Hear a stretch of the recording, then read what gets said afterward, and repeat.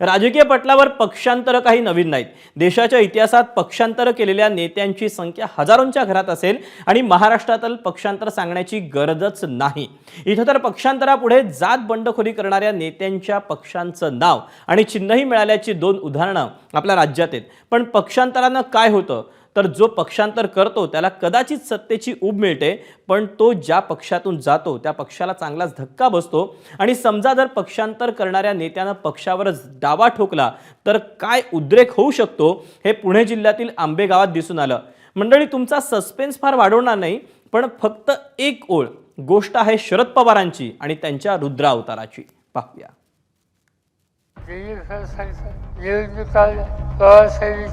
माझ्याबद्दल काही बोललं नाही, काय बोलायचे त्यांनी बोलायला काय ठेवलं। आमच्या आणि पवारसाहेबांचे संबंध अतिशय गोड आहे। ही गोष्ट अजिबात केली त्यांनी एकच गोष्ट केली, त्यांनी गद्दारी केली। इतके आक्रमक शरद पवार महाराष्ट्राला क्वचितच पाहायला मिळतात। 6 दशकांपेक्षा जास्त राजकीय कारकीर्द असलेला हा नेता ज्यांच्यावर आगपाखड करतोय ते आहेत दिलीप वळसे पाटील। मतदारसंघ आहे आंबेगाव।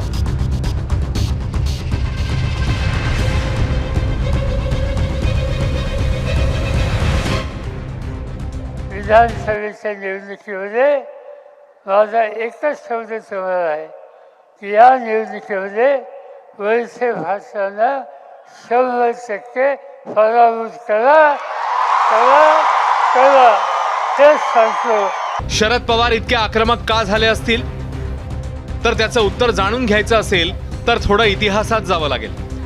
जेव्हा वळसे पाटलांकडे महाराष्ट्र शरद पवारांचे मानसपुत्र म्हणून पाहायचा, कारण त्यांचा राजकीय उगमच शरद पवारांमुळे झालाय। दिलीप वळसे पाटलांना घरातच राजकारणाचं बाळकडू मिळालं। उच्च शिक्षण पूर्ण केल्यानंतर ते शरद पवारांचे स्वीय सहाय्यक बनले। 1990 मध्ये आंबेगाव शिरूर मतदारसंघातून ते आमदार झाले।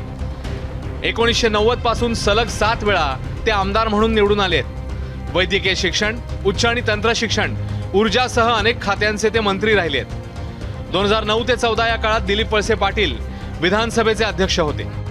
अत्यंत संयमी, शांत, अभ्यासू आणि शरद पवारांचे अतिशय विश्वासू अशी ओळख असलेला हाच नेता अजितदादांसोबत जातो आणि शरद पवारांच्या विरोधात उभा राहतो।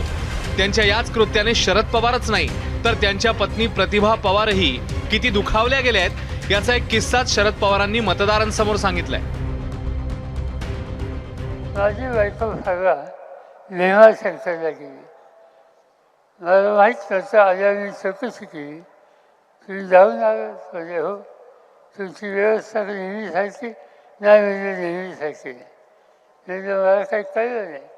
ज्यांनी तुम्हाला सोडलं त्यांच्या दारात आम्ही गेलो नाही, आम्ही डायरेक्ट भीमाशंकरच्या दारात, हेच त्यांनी सांगितलं। म्हणजेच काय तर दिलीप वळसेंनी साथ सोडणं किती धक्कादायक होतं हेच शरद पवारांच्या भाषणातून दिसून आलं। फक्त दिसलं नाही तर महाराष्ट्राने शरद पवारांचं शिवसेना स्टाईलने भाषणही पाहिलंय। वळसे भाषांना 100% पराभूत करा करा करा तेच सांगतो। आता इतका आक्रमक हल्ला झाल्यावर वळसे पाटलांकडून उत्तर येणारच, पण तसं झालं नाही। शेवटच्या सभेत बोलू म्हणत वळसे पाटलांनी 2 दिवस वेळ मारून नेली। अखेर एबीपी माझाच्या कॅमेऱ्यावर त्यांनी भावना व्यक्त केल्या। याचा अर्थ सगळे संबंध तुटले किंवा दुश्मनी झाली किंवा आणखीन काय झालं अशातला काही भाग नाही। हा एक राजकीय निर्णय आम्ही घेतला गव्हर्नमेंटमध्ये जाण्याचा, आणि त्या राजकीय निर्णयामुळं आजची ही परिस्थिती निर्माण झालेली आहे। आणि म्हणून त्याच्यातून मग जे काही पवारसाहेब बोलले असतील तर त्यांना आपण कोण थांबवणार आहे। ते त्यांचं जे मत आहे ते मत मांडलं तर काही चुकीचं नाही। पवार आणि वळसे म्हणजे गुरु शिष्यात राजकीय कुस्ती सुरू झाली आहे। आखाडा कोण आणि कोणत्या मुद्द्यावर मारतो याची महाराष्ट्राला फार उत्सुकता आहे। नाझीम मुल्लासह मंदार गोंजारी, एबीपी माझा, पुणे। एबीपी माझा, उघडा डोळे बघा नीट।